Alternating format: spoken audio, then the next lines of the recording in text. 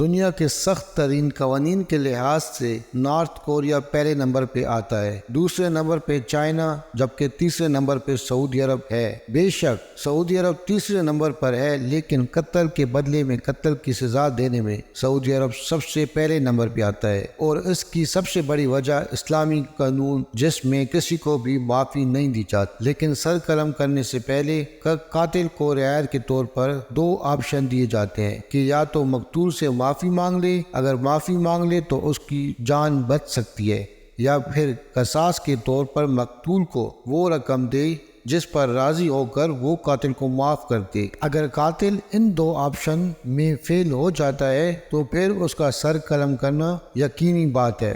سعودی عرب میں سر قلم ہونے کے واقعات اس سے پہلے بہت بار ہوئے، لیکن محمد بن مرسل کا یہ واقعہ سعودی عرب کی تاریخ میں سب سے زیادہ وائرل ہونے کا واقعہ ہے۔ اس میں اپنی گردن کٹوائی ہے چائے جنہیں محمد بن مرسل کی ماں سے کہا کہ صرف 20 منٹ باقی ہیں، اس کے بعد تمہارے بیٹے کا سر قلم کر دیا جائے گا، اور اس لمحے آپ کیا محسوس کر رہی ہیں؟ سوال پوچھنے والے کا بھی یہ عجیب سوال تھا۔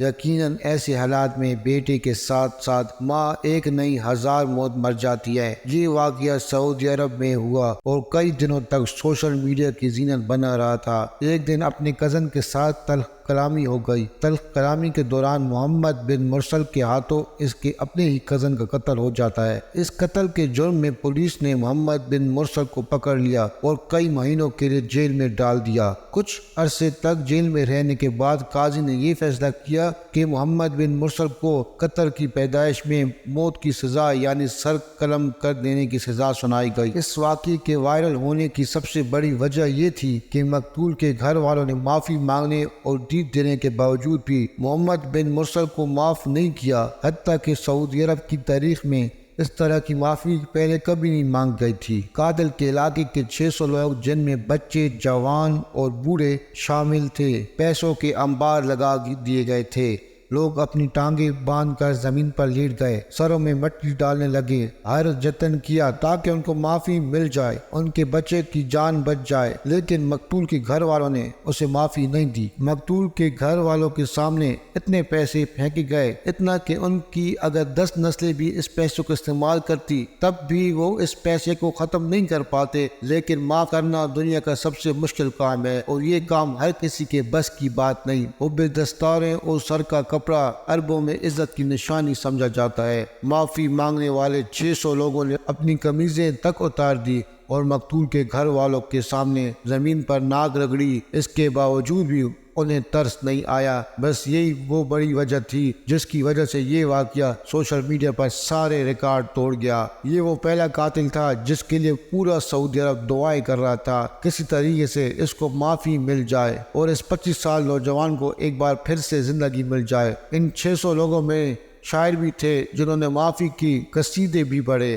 محمد بن مرسل کے بچوں نے رو رو کر زمین تر کر دی، جہاں تک کہ عرب کے بڑے بڑے شیخ بھی محمد بن مرسل کے حق میں بول اٹھے۔ اس کی عمر اتنی زیادہ نہیں ہے، اس نے ابھی دنیا نہیں دیکھی، اگر آپ اسے معاف کر دیں گے تو اس کا بدلہ آپ کو روز قیامت میں ملے گا۔ اس سسٹم کی مضبوطی کا اندازہ لگائیں کہ قاتل کو مقتول کے نہ معاف کرنے پر 20 ستمبر 2023 کو قتل کر دیا گیا۔ یہ نہیں، اس کا سر دھڑ سے الگ کر دیا گیا۔ سر دھڑ سے الگ ہونے کے بعد مقتول کے گھر والوں نے جشن منایا، اور یہ منظر مرسل کے گھر والوں نے بھی دیکھا، لیکن جشن مناتے ہوئے انہیں کسی نے نہیں روکا، کیونکہ قانون سب کے لیے برابر ہے۔ یہ تاریخ کا وہ پہلا واقعہ ہے جس میں لوگ قاتل کے لیے بھی روئے اور مقتول کے لیے بھی آنسو بہائے۔ دراصل اس سے پہلے سعودی عرب میں ایک پاکستانی پٹھان اپنی پوری فیملی کے ساتھ سعودی عرب میں رہتا تھا۔ اس کے خاندان میں سے اس کے بھائی کو سعودی عرب کے ایک شیخ نے قتل کر دیا تھا۔ جب اس شیخ کے سر قلم کرنے کا حکم ہوا تو بالکل اسی واقعے کی طرح لوگ اس پٹھان کے گھر کے آس پاس پہنچ گئے تھے اور گڑ گڑا کر اس سے معافی مانگی، جس پر پٹھان کو ترس آ گیا۔ اس نے اس شیخ کو معاف کر دیا۔ یہ واقعہ صرف اسی واقعے کی کاپی تھی، لیکن اس پر ایک قتل ہونے والا ایک شیخ تھا۔ محمد بن مرسل کے قبیلے کی آخری کوشش تھی، وہ سوچ رہے تھے جس طرح سے اس پاکستانی پٹھان نے ہماری ایک شیخ کو معاف کر دیا تھا، اگر ہم اس طرح سے معافی مانگیں گے تو محمد بن مرسل کو بھی معافی مل جائے گی، لیکن اس بار ایسا نہ ہو سکا۔ ایک ہمارا ملک بھی ہے جو کلمے کی بنیاد پر بنا تھا۔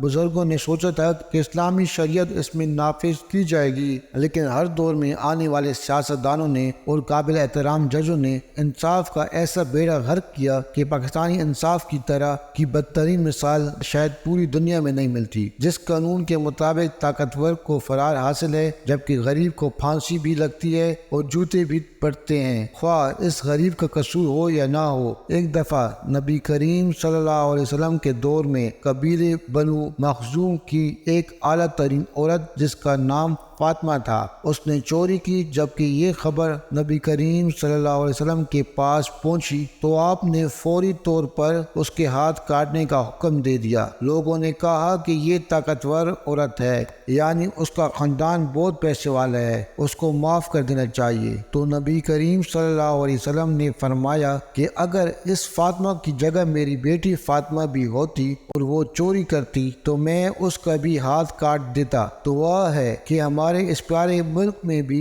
ایسا ہی اسلام قانون نافذ ہو جس کے انصاف کے ترازو میں سب لوگ برابر ہوں اور لوگ اپنے نظام و انصاف پر فخر ہو۔